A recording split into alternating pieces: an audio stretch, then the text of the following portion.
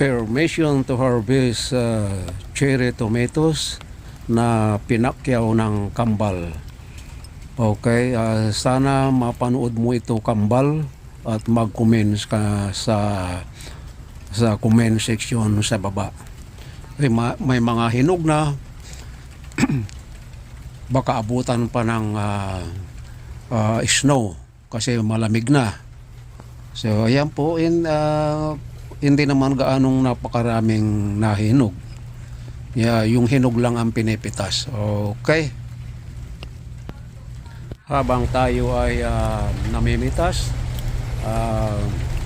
thank you so much 6,700 subscriber. Maraming salamat sa inyong walang sawang pagsuporta. At syempre, mega love shout out sa inyong lahat na nanonood at yung mga manonood pa lang. Let's grab some hot peppers or siling labuyo na hilaw. Not ripe yet. Okay, kasi yung ripe medyo hindi na gaanong umuulan. Okay lang. So nagkuha uli ako ng spinach at saka sili kasi gagawa ako ng lunch ko.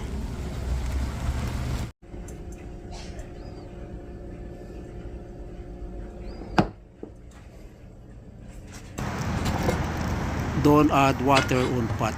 Just add the spinach. Maluluto siya sa sarili niyang moist. And don't overcook. Saglit lang yan. Once nalanta, maybe 30 seconds, okay na.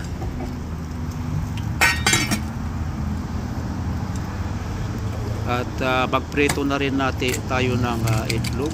Dalawa lang. Okay na yung dalawa.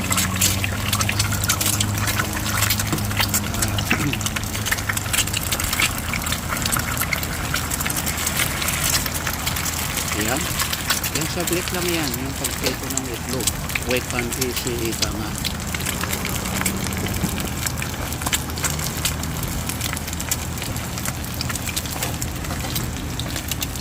And then, wisikan na rin natin ng a bit drops of salt. Asin. Ayan, nabaliktad na. Luto na yan. Remove from heat. Ayan, ang ating spinach ay luto na rin yan. So, medyo baliktarin lang natin konti and then okay na yan. So,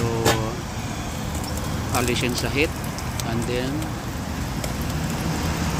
ililipat natin yan sa dito sa serving plate.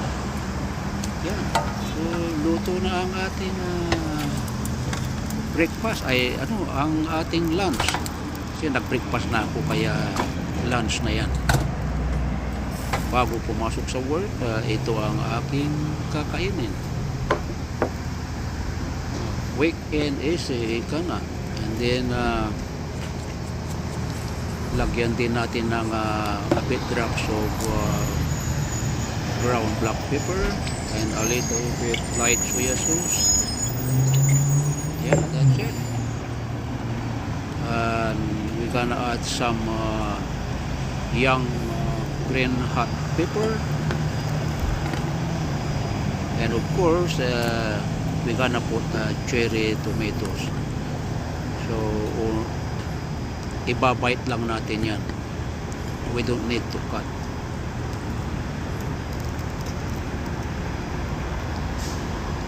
So let's eat na.